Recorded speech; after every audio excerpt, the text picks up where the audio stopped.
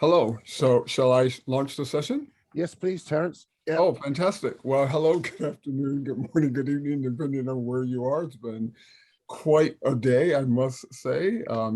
Logging in from New York City. My name is Terry, by the way, and I'm really excited to launch this session. The title is near and dear to my heart, which is Ethics in Education and the Development of Coaches. I currently serve as the Director of Columbia's Coaching Center of Excellence, and I'm a professor there.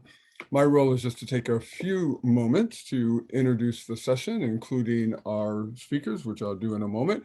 You can read about their amazing backgrounds in the program, but I just want to highlight a few things about each of them. So here we go. I'm going to start with Bob, who I've read your work, so it's a pleasure to see you live via the internet here. Bob is a professor emeritus. He's one of Europe's leading academic practitioners in mentoring and coaching, and I know that well from personal experience, again, having read his work. He's an experienced mentor coach working with a diverse range of people in a variety of contexts. He most recently published the 4th edition in the Sage book for coaching and mentoring theory and practice, which we actually use in the Columbia program. So thank you, Bob. And is a founding member of the European Mentoring and Coaching Council, honorary president of Coaching New York, an active researcher and doing some work related to the notion of coaching maturity, and the list goes on. I will then move to Andrea, who is an internationally renowned coaching psychologist, supervisor, and consultant, which I'm learning now more about your work, having been introduced to this session. So looking forward to that. Particularly intrigued by your use of arts and creative approaches to positive psychology and coaching psychology, so can't wait to hear more about that. And importantly, is a director of the Masters of Science of Applied Positive Psychology and Coaching, and clinical director of the Wellbeing and Psychology Services Center at the University of East London. That's a mouthful. That's like what I say, my title at Teachers College, which I won't say. And then Max, who's her colleague, they actually work at the same university. He is the clinical director of the counseling arm of the same institute or clinic. And he's London-based coach and psychotherapist. He has his own practice. Love the idea of transforming personal transformation for people who identify challenges in both self-defeating behaviors and self-limiting beliefs. That sounds like that's true for many of us, right? And then importantly, he grew up in California, but left us here in the US to find his home in the UK, and has honorary degrees in Florence, Italy. What a sentence. That would be a great place to have a degree. I wish I went to a college there. And so so I mentioned the topic again, which is ethics in education and the development of coaches. And during this session, they will be exploring some central questions, such as why is it essential for coaches to think ethically? Certainly. How may ethics show up for both the coach's education and coaching education in general? And then what is the role of ethics for the coach educator? And importantly, what's the role of ethics in the development of coaches? And what are the various options? And so I'm actually going to turn the program over to Max, who's going to play double role here. They're going to, after a brief presentation, they will engage the entire audience in conversation. I actually have to run back. We're running a program, so I can't be with you during the conference, but Columbia was happy to sponsor it. And I look forward to looking at all the amazing presentations. And I just want to give a big shout out. I know it's not on the schedule, but I want to give a big shout out to Wendy Ann. First conference, well over 200 people. Bravo. That's just really exciting work. So enjoy the session. Sorry I can't stay. I think that's been about 5 minutes and I'm off. Enjoy. Thanks, Terry. That's fantastic. Thank you, Terry. Thank you. And also thanks to Wendy Ann, because earlier today where there were lots of emails flying her way. So most of them from me. So I was ever so grateful. So we're going to have about a little bit shy of an hour together. We hope that this is an interactive conversation rather than something where we talk at you. We really, this is a topic which has no right or wrong answers. And it's a conversation that evolves and takes place over time. So just to set the scene on how we're going to spend our time together, I'm going to hand over to Bob. Thank you, Max.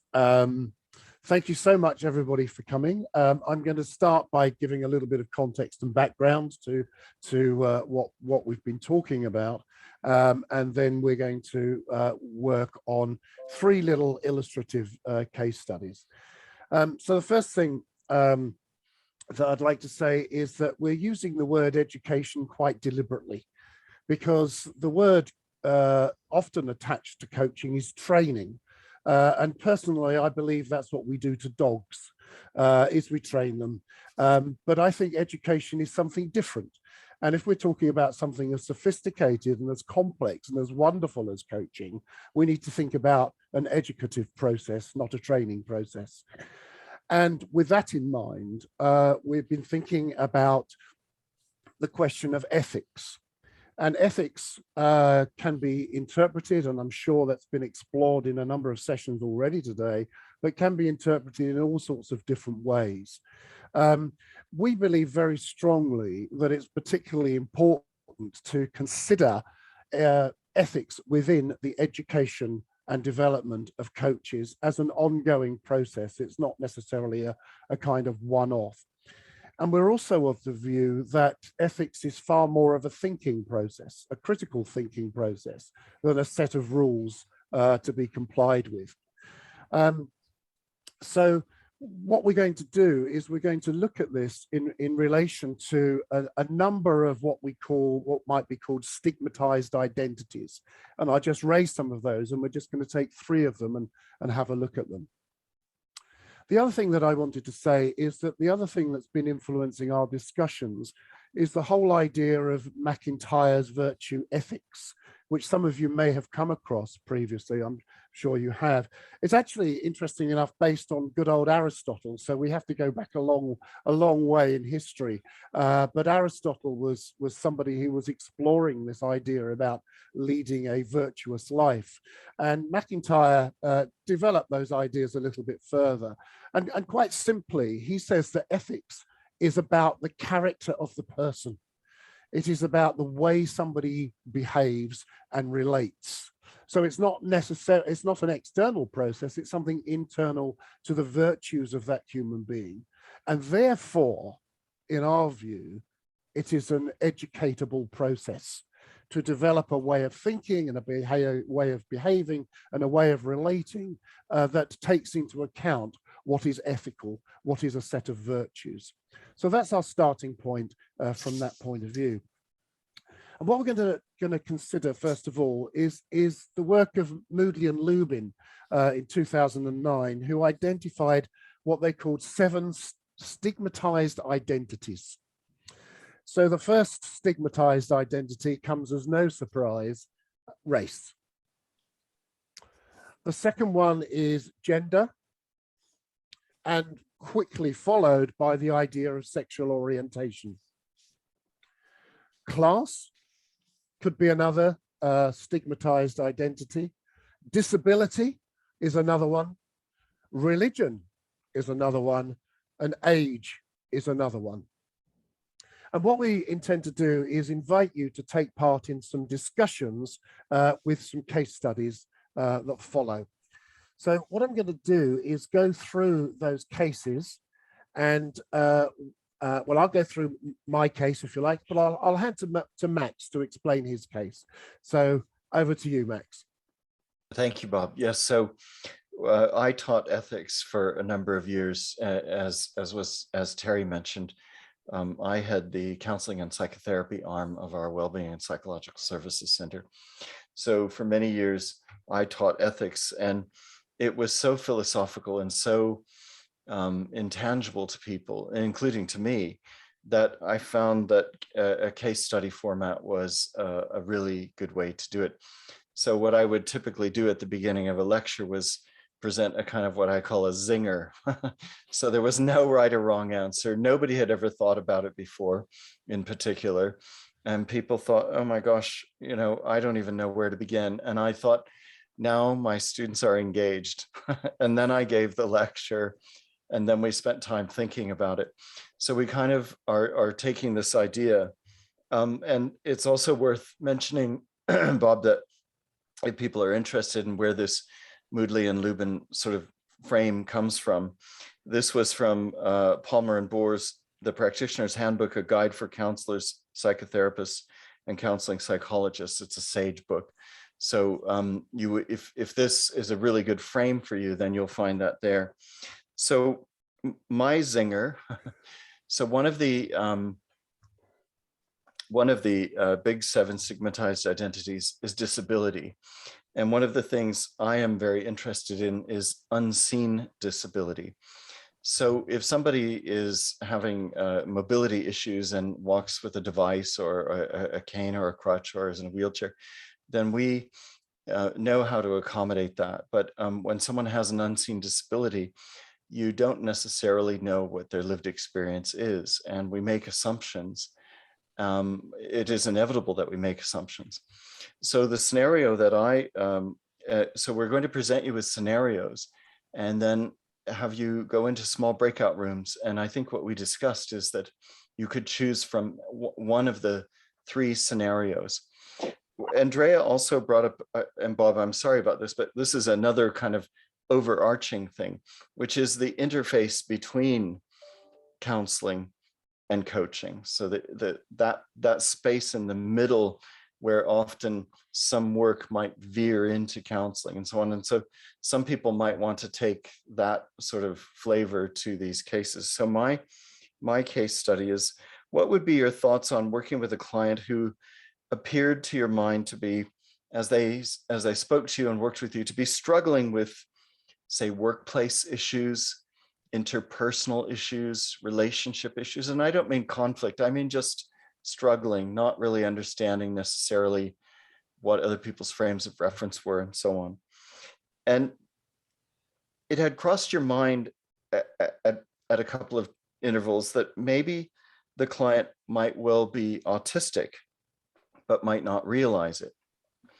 So this is one of the things that I presented to students. Would you be minded to talk to your client about your thoughts about that, and how would you do it? And would it be a point of no return in terms of the working alliance?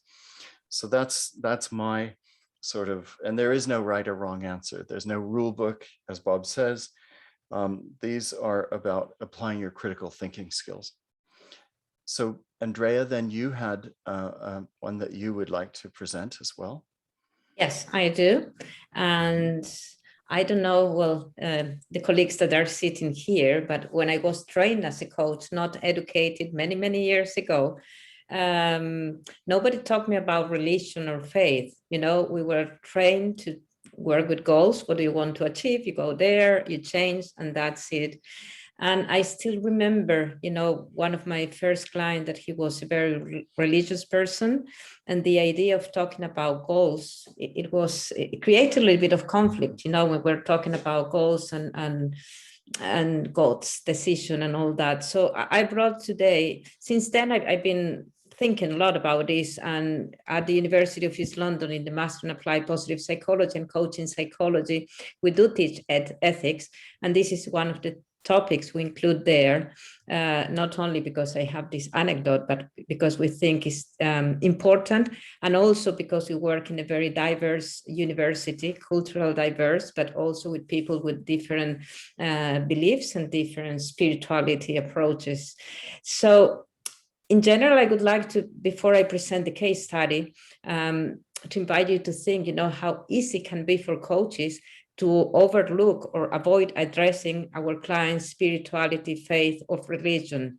So such issues may not have been addressed, in our training, as I said before, so we may overlook them and we can just continue with the conversation without paying attention to these issues. So the case I wanted to bring today is the case of, let's call him Peter. It's not his real name. And Peter is a married man. He's in his 50s. And he has been struggling for a while. He said 3 to 5 years from an inability to make decisions. He wants to work with you, with the coach, on his constant concerns about the consequences of his decisions. Peter is so concerned about doing the right thing that at times he feels frozen, so he can't make decisions. In the chemistry session, he explains that since he became a born-again Christian, he has become more aware of his behavior and he's constantly worried, about doing the right or the wrong thing. He even worries that his well-intended actions could have a negative impact. He has prayed about this. He mentions that in the conversation, but the prayers have not resolved his uncertainty. Hence, he has decided to hire a coach. My question for you, I have more questions, but I would ask one first. And of course, I guess in the discussion, there would be more questions. But if you were to coach Peter, what direction would you take? For example, could you help him by questioning what he believes God wants from him? Could you talk about the free will? How would you handle this? Because it will put you in a specific position, probably related in relation to other clients. And finally, Bob. Thank you, Andrea. So my case example is about sexual orientation, and it's a very straightforward issue in a sense in terms of explaining it, but I'm sure you'll find interesting things to discuss. So what would be your thoughts on learning that your colleague, Marco, a gay coach, has an internet profile for the purpose of meeting men online for no strings attached sex? Is this a potential disclosure too far? So I've set up the rooms. I've set them up completely at random. There's approximately 3-4 people per room. I'm allowing 25 minutes. Is that sufficient? And then we'll come back and have a quick debrief. So enjoy your discussions, everyone. I'm opening the rooms now. Thank you. I'm just wondering if there are any comments people would like to make. I mean, certainly I was in a group and we had a fascinating conversation on one of the cases, but any general comments from people, any ideas that have come forward, thoughts? Please do either put them in the chat or unmute yourself and speak.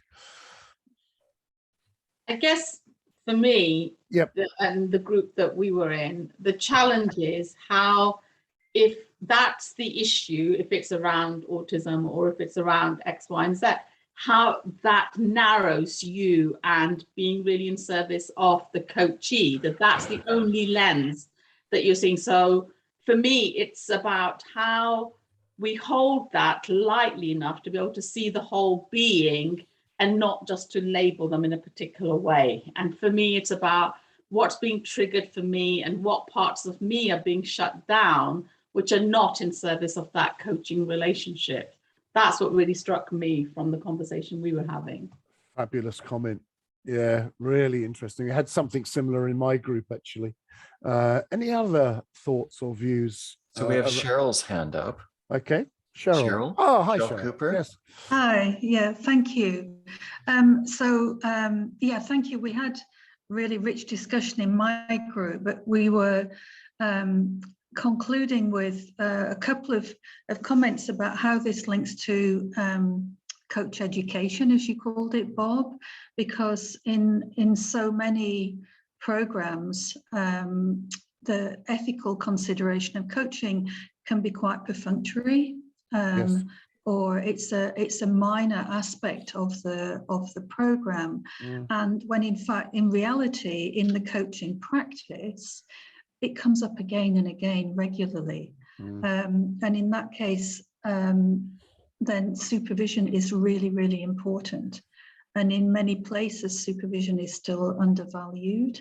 So I think there's two things. One is what we consider the importance of ethics actually in educating coaches. And I think that might need rethinking, because signposting people to a code of ethics and doing one case study is not going to necessarily help them in their practice later. And the other is that when we have an ethical dilemma, and we will all do at some point, is that it's something to take to supervision or intervision or peer groups for support. Absolutely concur with that, Cheryl. And one of the things that we've been doing is looking at how ethics shows up in courses.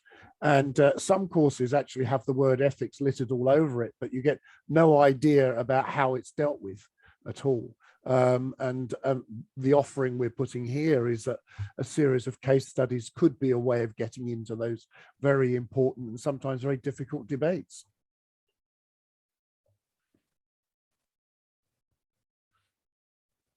Any other thoughts? Yes, I think one of the things is the danger of labeling. That, as I mentioned in our group, there's a group in Leeds that it's a psychotherapy group, but they refuse to use words like depression or anxiety or schizophrenia or whatever. They say, tell me about the person. What's their experience? What's going on for them? How do they feel in the world and feel about people around them, so that it's an individual portrait rather than seeing them through the lens of a label, and to combine that with a sort of curiosity. You know, what's it like for you? And I think, and we have to do the same thing to ourselves as well, because as was said, what is this stuff triggering in us? You know, when you talk about a coach colleague who's out to have wants sex in any way you want type thing, okay, fine. What's the difficulty? Or not? But you know, it's quite hard to hear that without having a reaction. Sure. To it, and so it's knowing ourselves. It's becoming familiar with how we feel, think, and our behaviors and our beliefs, and then questioning and examining them so that we can be more fully ourselves. Yeah. It's interesting that came up in my discussion group again about naming and labeling, and the idea that perhaps what we're actually talking about is the richness of the human experience, which is infinitely variable. I think Katarzyna has her hand on. Oh, we got another hand up somewhere. It's trying to keep an eye on 3 screens. It's kind of yeah. I need to rethink. Thank you very much for the question. So I already wrote in the chat that we were discussing the last case Henry has mentioned, and I was truly wondering, what is the case? What assumptions are there? And I think the generational aspect is very important here, because for many of us, this is not a topic. The sexual orientation is not a topic. It's so normal, like many other dimensions of diversity. What I still wonder about is what Daniel Ziege means as the window of tolerance, where we don't know that we discriminate. We don't know that we somehow have assumptions. And I am a foreigner. I have mentioned the group. I am in Germany for 20 years as a Polish girl, a woman. And I just observed that very often we don't even realize that we are assuming and reacting. And this is our job, what I think, that we need to reflect a lot and to have very diverse group in age, in religions, in disciplines, to just have the diversity in the discussion itself. Yeah. Sure. So thank you. Yeah, thank you. That's thank you. we're kind of running into the time zone now. Any other thoughts or comments? I'll have a quick scroll around to see if there's any hands going up, but please do put things in the chat. Thank you, Jasmine, for that. Yep. Yeah, our own triggers and assumptions and biases. Yes, thank you. Any other thoughts?